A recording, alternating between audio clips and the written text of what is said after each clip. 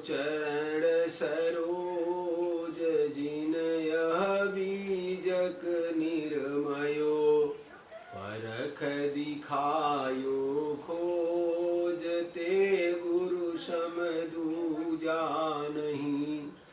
निर्णय दीन कृपाल पारख प्रकाशी स्थिर पद परखायों सब जाल महादुखित जीव जानिके। दया क्षमा संतोष धीरजशील विचार गुण एक अनेक कुधोख पर खायो निज परखते। असरण शरण उदार सुख साहेब सुख रूप जो कहूँ का विस्तार तब पारखते कृपा निधि। बंदो संत समाज जे निर्णयी गुरु परख के निदृढ़ मम हृदय विराज सदा सुखी दया निधि।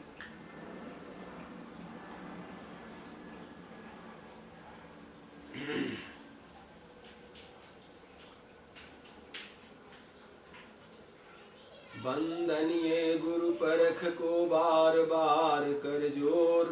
दया करन संशय हरन संत रूप प्रभु तोर। बंदी छोर कृपाल प्रभु विघ्न विनाशक नाम। असरण शरण बंदो चरण शब विधि मंगल धाम। बंदो सन्मुख पारखी शीस भेंट धरु हाथ। वचन उचारो बंदगी सत्य प्रेम के साथ। साहे बंदगी साहे बंदगी साहे बंदगी।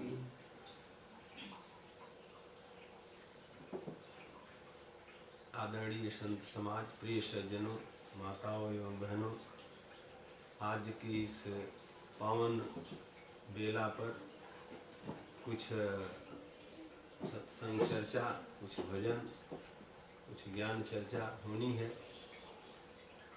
कार्यक्रम के शुरू में एक छोटा सा भजन, फिर उसके बाद जो है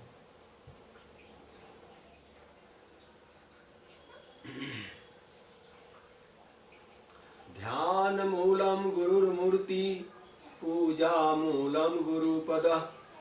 मंत्र मूलम गुरुवाक्यम मोक्ष मूलम गुरु कृपा। बंदो सत्य कबीर के चरण कमल सिर नाय। जासु ज्ञान दिन कर निकर तम भ्रम देत न साय। मुझे गुरु ने मेरे गुरु ने बताई बात भजन कर जीवन में। मेरे गुरु ने बताई बात भजन करे जीवन में। भजन करे जीवन में, भजन करे जीवन में। मेरे गुरु ने बताई बात भजन करे जीवन में। सुर दुर्लभ मानुष तन पाया मिथ्या माया में लपटाया। सुर दुर्लभ मानुष तन पाया मिथ्या माया में लपटाया। हो गए 12 बाट भजन कर जीवन में। मेरे गुरु ने बताई बात भजन कर जीवन में। मेरे गुरु ने बताई बात भजन कर जीवन में। यहाँ नहीं है कोई तेरा, यहाँ नहीं है कोई तेरा। क्या करता है मेरा मेरा। यहाँ नहीं है कोई तेरा। क्या करता है मेरा मेरा। कौन दे देगा तेरा साथ भजन कर जीवन में, कौन देगा तेरा साथ भजन कर जीवन में। मेरे गुरु ने बताई बात भजन कर जीवन में। शांत स्वरूप खास है तेरा, शांत स्वरूप खास है तेरा, पर ममता का पर्दा घेरा। शांत स्वरूप खास है तेरा, पर ममता का पर्दा घेरा। कैसे हो कुशलात भजन कर जीवन में, कैसे हो कुशलात भजन कर जीवन में। मेरे गुरु ने बताई बात भजन कर जीवन में। तुमको बार बार समझाया, निर्णय करके सभी लखाया। तुमको बार बार समझाया, निर्णय करके सभी लखाया। छोड़ो सब उत्पात भजन कर जीवन में, छोड़ो सब उत्पात भजन कर जीवन में। मेरे गुरु ने बताई बात भजन कर जीवन में, मेरे गुरु ने बताई बात भजन कर जीवन में। साहे बंदगी, साहे बंदगी, साहे बंदगी। प्रस्तुत पद में बहुत ही अनमोल और अच्छे विचार बताए गए हैं कि भजन क्या है।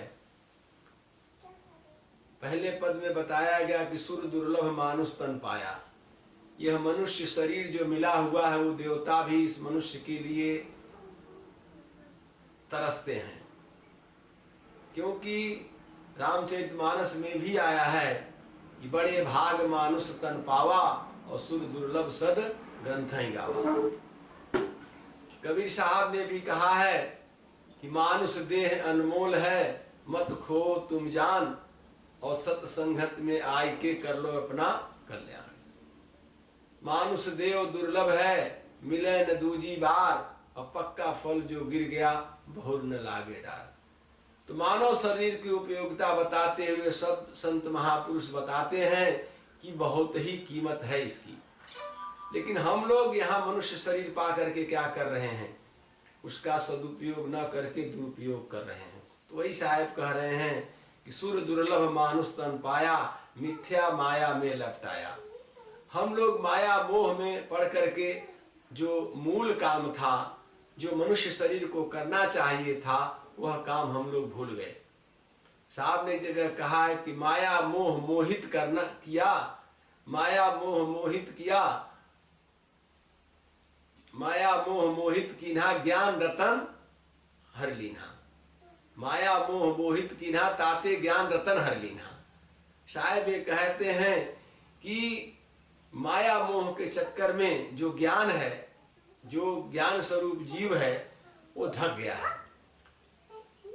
तो उसको वो अज्ञान का पर्दा हटाने के लिए संत महापुरुष सत्संग का सहारा बताते हैं, और जो है उनके द्वारा, सत्संग के द्वारा ही, सत्संग के माध्यम से अज्ञान का पर्दा हट सकता है।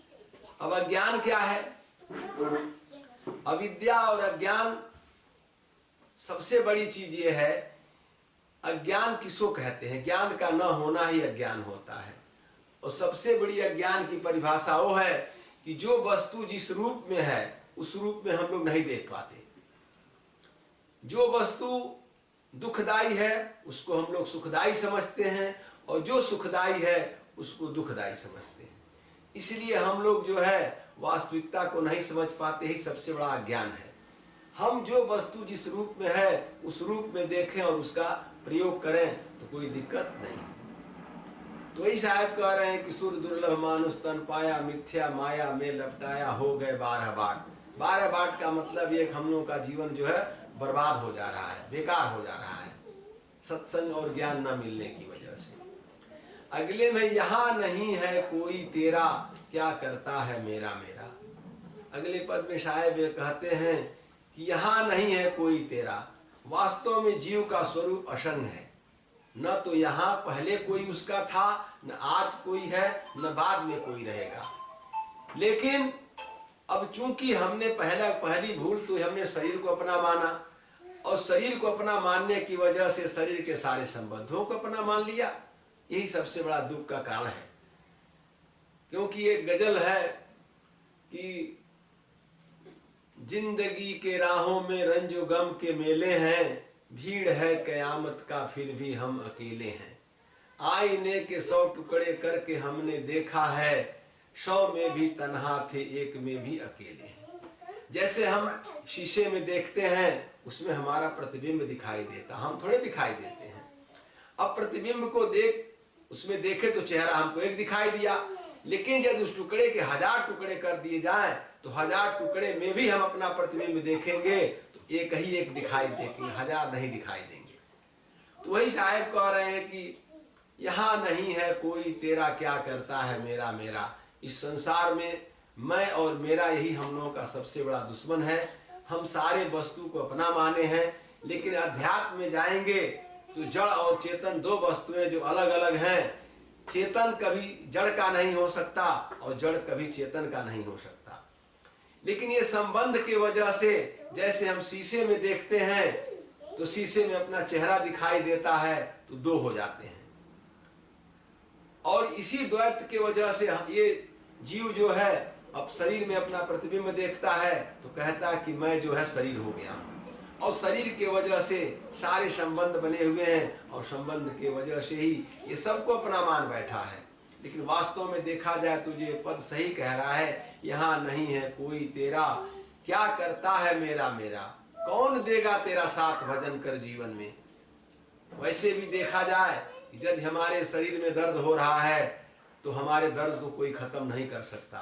कोई दवा ले आकर के दे सकता है, डॉक्टर बुला सकता है, लेकिन दवा हमको ही खानी पड़ेगी और दर्द हमको ही झेलना पड़ेगा। तो ये हुआ कि यहाँ नहीं है तो ये तेरा कोई, क्या करता है मेरा मेरा। कौन देगा तेरा साथ भजन कर जीवन में। जीव के असंगता को बताते हुए साहब कहते हैं कि कौन तुम्हारा साथ देगा। अगले पद में कहते हैं कि शांत स्वरूप खास है तेरा, पर ममता का पर्दा घेरा। साहब बता रहे कि इसका स्वरूप जो है बिल्कुल शांत स्वरूप है। स्वरूप से जीव जो है सत्य है, अखंड है, नित्य है, निर्विषय है। लेकिन अब स्वरूप से हट करके वो देह के संबंध में अपने प्रतिबिंब को देखता है तो कहता है कि मेरे अंदर जो है उसको सुख की भावना होती है देख करके। ये 5 विषयों के चक्कर में पड़ करके वह जो है अपने स्वरूप को भूल गया है। शब्द स्पर्श रूप रसगंध 5 ज्ञान इंद्रियों से 5 विषयों के सुख को भोगता है और वही सोचता है कि ये असली सुख है। साहब ने कहा है अल्प सुख दुख आदि वंता, मन भुलार मैगर मैं मनता। अल्प सुख, जिस 5 विषयों के द्वारा अल्प सुख मिलता है हमको वासनाओं के द्वारा, वो क्षणिक होता है और किसी भी प्राणी को उस 5 विषयों के सुख के भोग से तृप्ति नहीं मिलती। तो अब सवाल ये खड़ा होता है कि जब विषयों के भोग से तृप्ति मिलती तो उसको तृप्ति हो जानी चाहिए। इसका मतलब हमारा सुख का केंद्र कहीं और है, वो नहीं मिल पा रहा है, जिसके लिए पूरा जीवन हम निरंतर प्रयास करते रह रहे हैं। प्राणी और पदार्थों में सुख खोजते हैं लेकिन वो सुख नहीं मिल पाता है, क्योंकि सुख कोई आज तक सुख मिल भी जाए तो शांति नहीं मिलती। जैसे भौतिक पदार्थों को सुख कहा जाता है और शांति यह है अपने आप में स्वरूप में स्थित होना, अपने आप में स्थिर होना शांति है।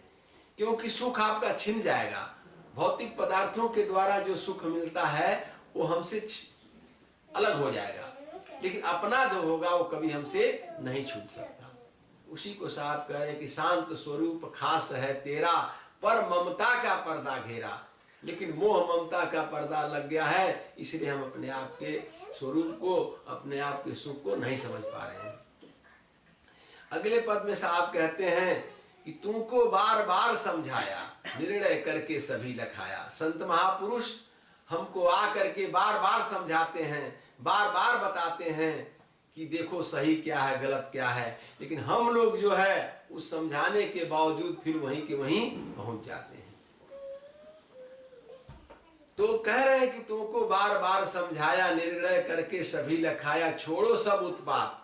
जो उत्पात है, उत्पात का मतलब जो विषयों का भोग है, जो संसार में सुख दुख भोग रहे हैं, उस सब को छोड़ें और अपने आप में स्थिर हो। तो अब ये पूरे पद का ये भावार्थ रहा। तो आगे जो है